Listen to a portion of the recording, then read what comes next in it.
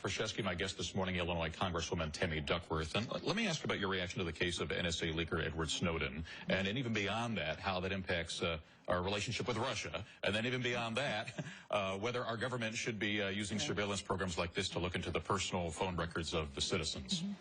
Well, I think that what Mr. Snowden did was wrong. He broke the nation's laws, and I would have a lot more respect for him if he'd stayed here to face the consequences of breaking those laws instead of running away.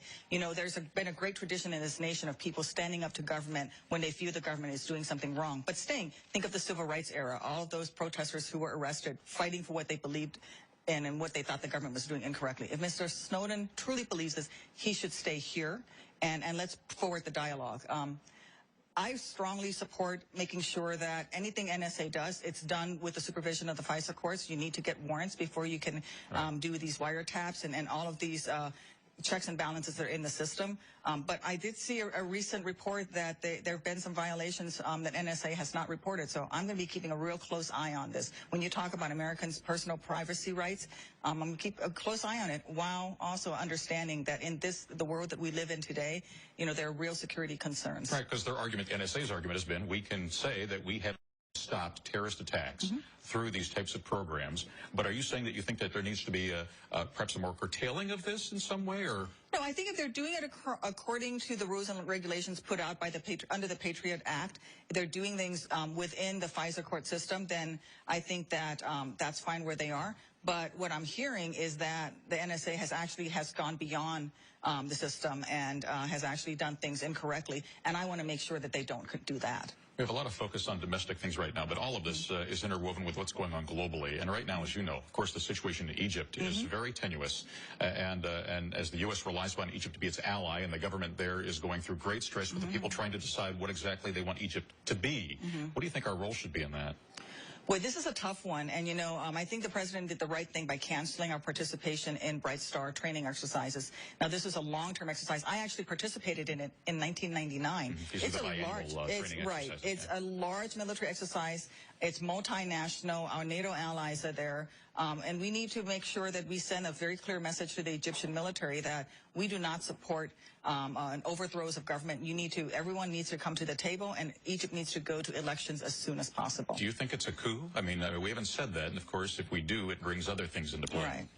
I don't know. I don't know if it is, but I do know that anytime you forcibly remove a democratic elected leader, even if a majority of the population calls for it, you have problems in that democracy. And what they need to do now, the military, if they truly are looking out for the good of their people and listening to their people, is to step back, bring all the parties to the table, and let's, schedule an election as soon as possible. All right, let's bring some issues home here now, and especially in particular to the 8th Congressional District, which, if you don't know, it includes many of the northwestern suburbs and some of the western suburbs, too.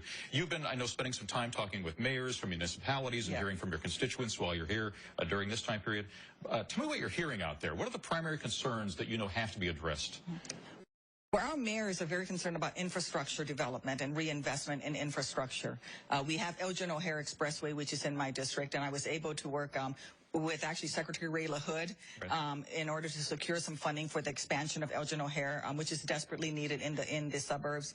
We also have a lot of bridges that are old and are in critical situations where they need to be fixed. A lot of on-ramps that need to be built. So I heard that time and again. We have sewer drains that are 75 years old that need to be replaced. So our mayors have told me very clearly that infrastructure is their #1 priority, because with infrastructure improvements comes the ability to attract more business, and with that comes jobs. We have the largest industrial park in North America in Elk Grove Village, and people don't realize that. So we have a real good infrastructure in terms of the bones and the tradition for business and for manufacturing, but it was built in the 70s, and we need to upgrade all of those. How do you make that case known in Washington, the possibility that indeed these projects will get the attention that they need? Well, as far as infrastructure is concerned, I'm very proud to say that there is really a real strong agreement within the Illinois delegation. Senator Durbin hosts a delegation meeting every month in his offices, and Senator Kirk comes, and the two of them have made it clear to the rest of the delegation that infrastructure, transportation, these are bipartisan issues, and we should work together on them. So I'm going to join my voice to that. I'm going to be one of the loudest voice in support of a lot of the programs in the western suburbs. And frankly, I'm willing to look at anything. It doesn't just have to be government.